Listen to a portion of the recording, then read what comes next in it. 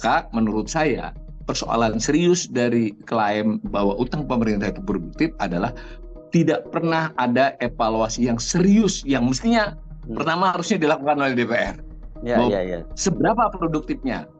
Yang kedua, bahkan menurut saya tidak dilakukan oleh pemerintah sendiri. Kita tidak bisa menemukan dokumen riset, kajian. Orang pintarnya banyak, Mas, di pemerintahan itu nggak sedikit kan. Saya menghormati kawan-kawan saya yang bekerja ya, itu mau di Kementerian Keuangan, di Bank Indonesia, di Bappenas, yang saya tahu punya intelektualitas.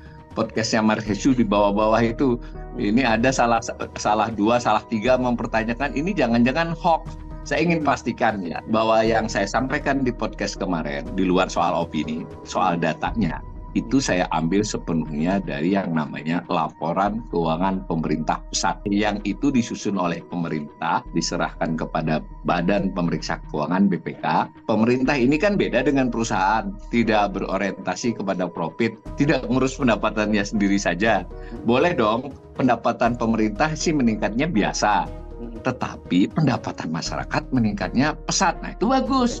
Sebenarnya niat hati saya, Iqbal, bersama-sama, mari kita tempatkan semua kita, mau pro, kontra, suka atau tidak suka kepada pemerintah, kita tempatkan kita ini sebagai rakyat Indonesia yang berhak tahu dan bahkan berhak untuk memberi kritik atau masukan. Dan terlibat kita kan, seperti itu.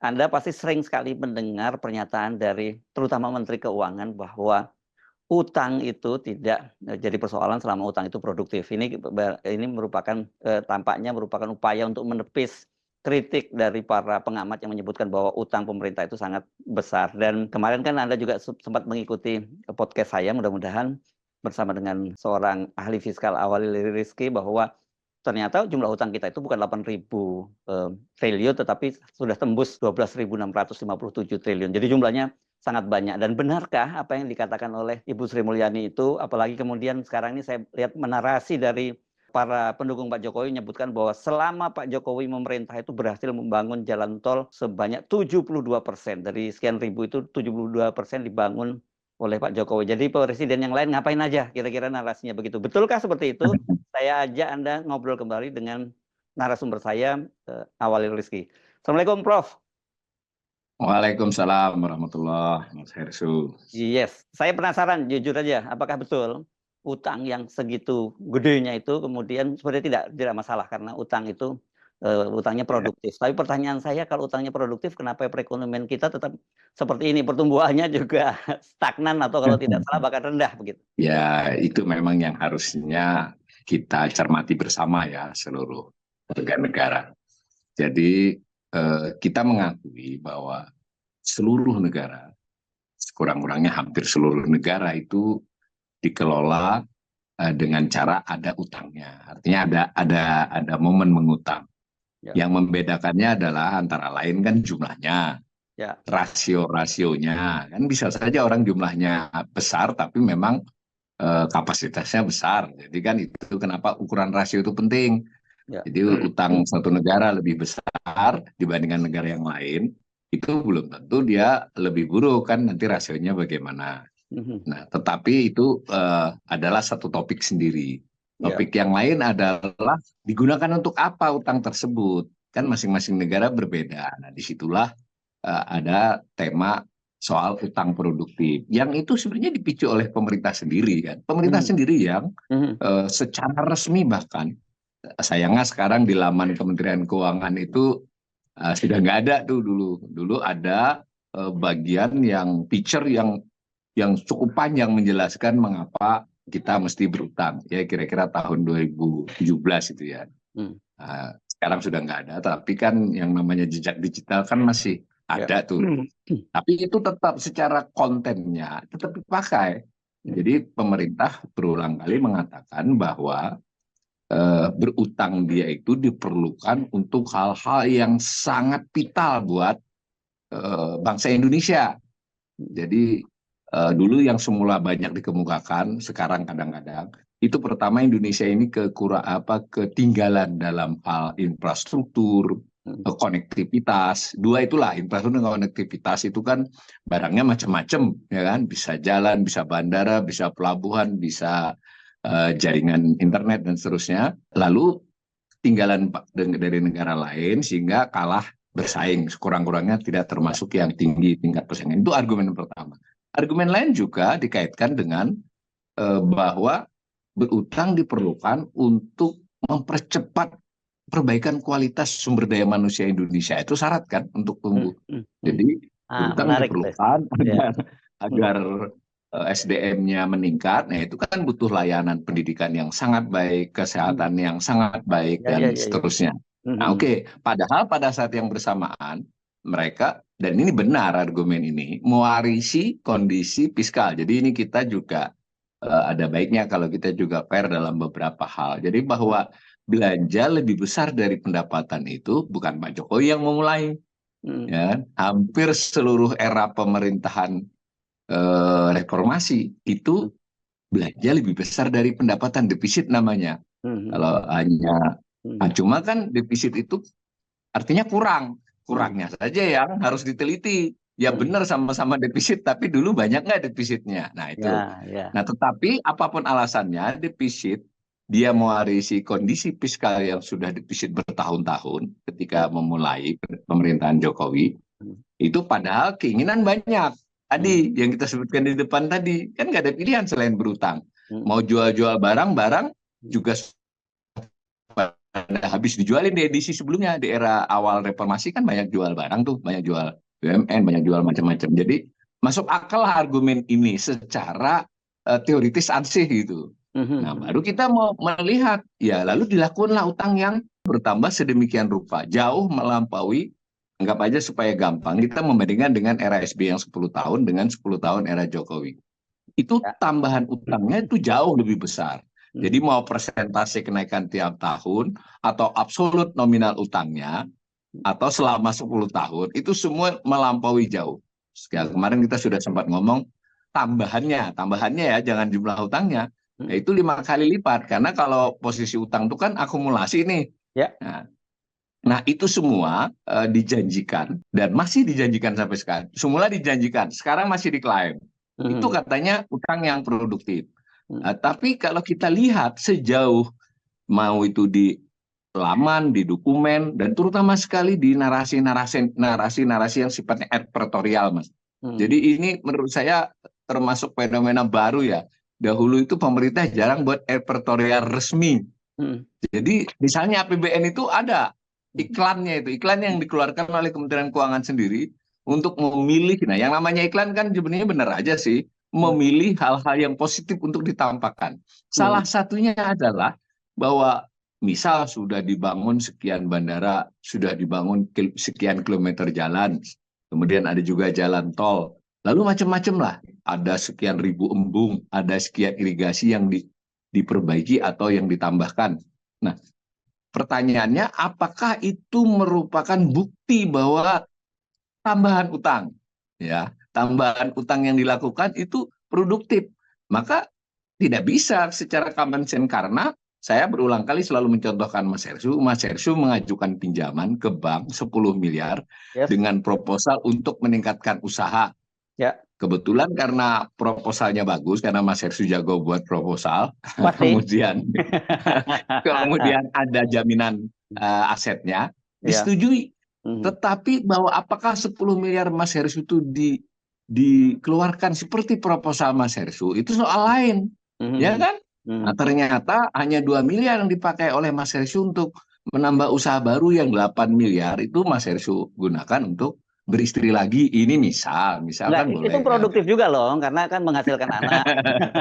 Ya, artinya caranya kan seperti itu. Maka kalau kita pemirsa ingin lebih cermat, kita semua berdiskusi dengan pikiran terbuka dan untuk melihat berbagai hal, ya kita sandingkan bagaimana tambahan utang dari tahun ke tahun, bagaimana yang diklaim sebagai hasil itu nilainya. Nah, ada masalah sedikit Mas Hershu, karena utang itu tadi kayak proposal tadi, sebenarnya tidak seluruhnya bersifat proposal, karena kan duit masuk nih, namanya penerimaan, meskipun utang masuk ke kantongnya pemerintah, dikeluarkan. Nah kan dikeluarkannya itu kan tidak utang ini ditujukan untuk proyek A, proyek B. Tentu ada yang seperti itu. Tapi sebagian besar, jadi kira-kira kalau saya sederhanakan, 20% saja dari utang itu yang ada peruntukannya langsung. Karena dia sifatnya pinjaman. Tapi mayoritas adalah surat berharga negara yang bahkan SBN-nya itu tidak berjudul gitu ya. Ada yang berjudul, tapi kebanyakan bebas. Nah dengan demikian memerlukan kecermatan kita bersama. Kita lihat aja ya kan satu-satu. Maka menurut saya persoalan serius dari klaim bahwa utang pemerintah itu produktif adalah tidak pernah ada evaluasi yang serius yang mestinya pertama harusnya dilakukan oleh DPR. Seberapa produktifnya. Yang kedua bahkan menurut saya tidak dilakukan oleh pemerintah sendiri. Harusnya kan dia juga ya ada kontrol manajemen kan. Ya kita tidak bisa menemukan dokumen riset kajian, orang pintarnya banyak Mas di pemerintahan itu nggak sedikit kan. Itu bagaimana sih sebenarnya yang ada itu hanya kajian-kajian jumlah utang, rasio-rasionya, dianggap keamanannya sama editorial tadi. Jadi tidak diukur masing-masingnya. Jangan-jangan Nah, ada, makanya Prof. Jangan-jangan ada, tetapi karena hasilnya tidak menunjukkan, tidak mendukung klaim mereka itu produktif, jadi disembunyikan kayak utang kemarin itu, gitu. Nah, saya kira untuk riset ini kelihatannya tidak ada, Mas. Kebetulan ya kita sesama, saya menghormati kawan-kawan yang bekerja ya, itu mau di Kementerian Keuangan, di Bank Indonesia, di Bappenas, yang saya tahu punya intelektualitas punya ini. Ya tentang yang utang tersembunyi kemarin juga ini. Nah ini kesempatan ini mau ditanya sebelum kita ke riset tadi ya. Saya ingin klarifikasi kenapa? Karena saya nggak sengaja sempat melihat di podcastnya Marhesu di bawah-bawah itu. Ini ada salah dua, salah tiga mempertanyakan ini jangan-jangan hoax. Saya ingin pastikan ya bahwa yang saya sampaikan di podcast kemarin di luar soal opini, soal datanya, itu saya ambil sepenuhnya dari yang namanya laporan keuangan pemerintah pusat. Ini penting Mas Hersu kita garis bawahi. LKPP yang itu disusun oleh pemerintah akhir Maret diserahkan kepada Badan Pemeriksa Keuangan BPK, diperiksa 2 bulan, hasilnya dilaporkan oleh BPK kepada DPR. Dan kita publik semua berhak memperolehnya harusnya berhak memperoleh, tapi ya ada memang. Nah artinya ini dokumen itu nanti kalau memang diperlukan itu mungkin ditayang-tayang halamannya yang kita pakai datanya. Jadi ya, yang kemarin dipakai itu yang dipakai yang unaudited atau yang sudah diaudit oleh BPK? Yang audited Mas, yang unaudited itu bukan milik publik. Nah itu juga satu masalah tersendiri. Sebenarnya menurut saya harusnya milik publik. Supaya kita tahu apa yang kemudian direvisi kan mestinya, tapi tidak yang audited yang disampaikan. Itu untuk pengamat ekonomi seperti saya tentu saja ya punya kan kawan-kawan yang bisa memberikan unaudited, tapi tidak bisa saya buka ke publik. Nah jadi di situ kita melihat kan bahwa ada ya kata-kata namanya neraca. Neraca itu adalah laporan tentang kondisi keuangan pemerintah. Kalau di perusahaan ya kondisi keuangan pemerintah. Sebenarnya kita sebagai keluarga juga bisa menyusun neraca. Ketika kita lapor pajak tuh prinsipnya kita buat neraca sebenarnya. Kita sebut aset, harta lah ya. Harta kita berapa? Terus kewajiban kita berapa? Itu utang namanya. Lalu modal kita namanya ekuitas. Kan 3 hal itu saja. Berarti kan ada tentang kewajiban. Nah kewajiban ini. Loh ini kok datanya 9.500 berapa 36 ya kemarin. Sementara pada saat bersamaan 31 Desember utang pemerintah 8.145, selisihnya kan hampir 1.400 itu. Ternyata kedua-duanya benar. Yang 8.145 hanya menyajikan utang pemerintah bentuk tertentu. Nah ini klarifikasi kita. Jadi dibilang berbohong ya enggak juga. Dan itu lazim memang karena ini dianggap utang yang paling lebih penting yang terdiri dari bentuknya surat berharga. Surat berharga itu artinya pemerintah berutang kepada pemilik surat. Suratnya boleh pindah-pindah. Yang kedua bersifat pinjaman. Pinjaman itu kepada para pihak langsung. Hanya 2 itu. Pihak langsung itu terkait utang. Jadi murni utang. Jadi kepada pihak dalam negeri itu biasanya bank. Terutama sekali kepada pihak luar negeri bisa bank, bisa negara, bisa lembaga internasional. Nah ternyata di luar 2 itu pemerintah itu punya utang lain. 1 utang kepada pihak ketiga. Jadi pihak ketiga bisa juga, pihak ketiga itu macam-macam. Ini barang sudah diterima pemerintah, misalnya beli barang nih, sudah ditagih, jadi secara pembukuan akrualnya sudah ditagih, ya kan? Tapi kebetulan aja nih tanggal ini belum dikirim gitu loh, Pak. Itu utang kan? Nah, dan ternyata nilainya kalau di total itu sangat banyak, Mas. Nah, selisih tadi itu nanti mungkin silahkan dibaca sendiri LKPP-nya. Nah, apakah pengertian kedua ini lajib? Lajib sekali. Di laman Bank Dunia, World Bank, nah, itu tentang government debts, gitu, tentang central government, bahkan itu pemerintah pusat kan, central government debts, utang pemerintah pusat, yang dipakai data kewajiban ini. Jadi data Indonesia yang dipakai pun data ini. Nah, ujungnya kan panjang, pembedaan jumlah dua saja dulu, baru yang ketiga soal pensiun. Intinya itu ada. Nah, kembali ke pokok soal kita. Kita nganalisis saja dulu pakai utang yang udahlah versi yang satu saja. Dengan demikian, nah, pemirsa kan nanti bisa nambah-nambahkan dengan versi 2 dan versi 3. Ketiga-tiganya saya ulangi sekali lagi adalah versi yang disajikan oleh laporan pemerintah. Hanya yang versi 2 dan versi 3 tidak dikemukakan dalam rilis-rilis, tidak menjadi perbincangan publik, dan nyaris tidak dipertanyakan secara resmi oleh DPR. Saya pernah dengar satu anggota DPR saja yang pernah ngomong-ngomong, itu pun di podcast, bukan di sidang DPR kan. Nah, kembali ke kita menggunakan tadi, maka ada 3 aspek untuk mengetahui sebuah utang pemerintah. Ini berlaku di negara mana saja sebenarnya. Itu produktif atau tidak. Dan itu bisa dinalar oleh pemirsa yang mungkin tidak berlatar belakang ahli fiskal, ahli akuntansi pun secara akal sehat itu bisa. Satu, apakah duit utangan itu dibelikan barang-barang tahan lama, kira-kira begitu kan?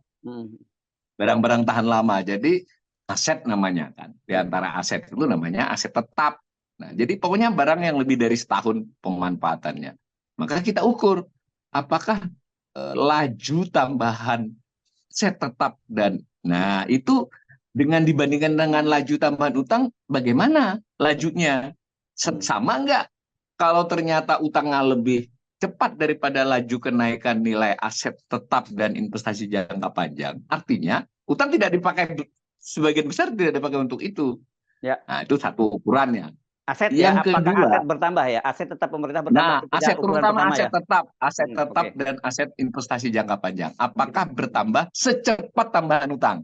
Ya, umpama bertambah tapi utangnya tambahnya kecepatan. Nah, karena tadi saya ingatin sekali lagi, Mas Hersu terima utangnya emang dipakai seperti proposal, tapi tidak seluruhnya kan begitu argumennya. Kenapa? Satu kita ya. harus lihat lajunya. Ya, yang kedua, karena pengertian produktif itu adalah terkait dengan antara lain adalah peningkatan pendapatan negara sendiri, pendapatan pemerintah. Jadi apakah pendapatan negara itu bertambah, meningkat secepat peningkatan hutang? Kalau dia sama, ya kita bisa bilang netral lah. Ya utang itu ya menambah, tapi ya secepat itu. Tetapi kalau ternyata laju kenaikan pendapatan, nah dibandingkan di masa lampau yang utangnya lebih sedikit, itu ternyata lajunya lebih rendah misalnya, atau sama, itu berarti utangnya tidak produktif. Jadi ukuran kedua adalah apakah utang meningkatkan pendapatan negara. Pendapatan itu maksudnya dari pajak dan non pajak ya? Ya, pajak dan seluruh pendapatan negara. Kembali tadi kita bisa lihat di LKPP, di realisasi APBN. Yang ketiga itu adalah, nah tadi seperti pengantarnya Mas Hersu tadi, pemerintah ini kan beda dengan perusahaan, tidak berorientasi kepada profit, tidak ngurus pendapatannya sendiri saja. Boleh dong pendapatan pemerintah sih meningkatnya biasa, tetapi pendapatan masyarakat meningkatnya pesat. Nah itu bagus.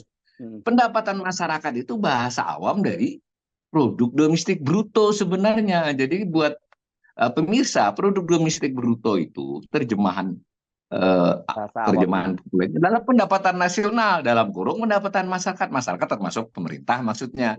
Jadi pendapatan seluruh komponen pelaku ekonomi dalam satu negara, termasuk masyarakat dan terutama bahkan masyarakat. Artinya kalau laju pertumbuhan, nah itu laju PDB itu disebut laju pertumbuhan ekonomi, Mas. Ini juga sederhana sebenarnya. Jadi PDB tentu PDB dengan nilai tetap ya, harga tetap namanya, harga konstan.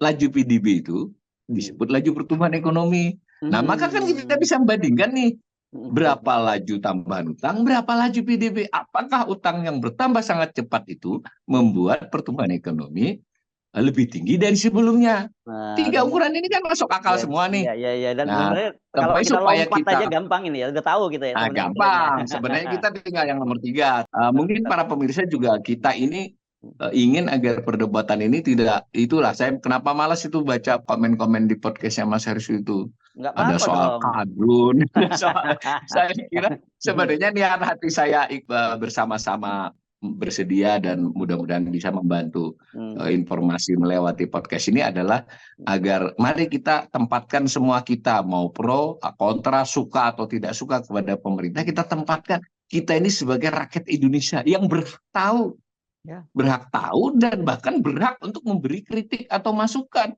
dan terlibat kita kan seperti itu. Nah kira-kira gitulah. Nah maka supaya fair juga kita jangan membandingkan 1 tahun. Tahun ini pemerintah kan kurang fair juga. Kita buat saja time series. Namanya time series Mas.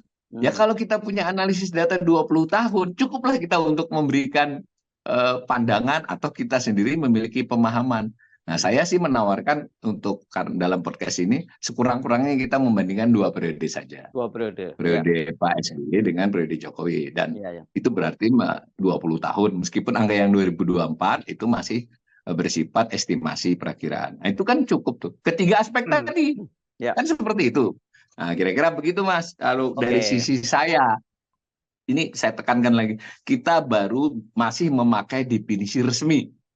Artinya kalau kita memakai definisi yang kedua dan ketiga, itu akan lebih masalah lagi. Ini kita definisi pertama, definisi yang lazim.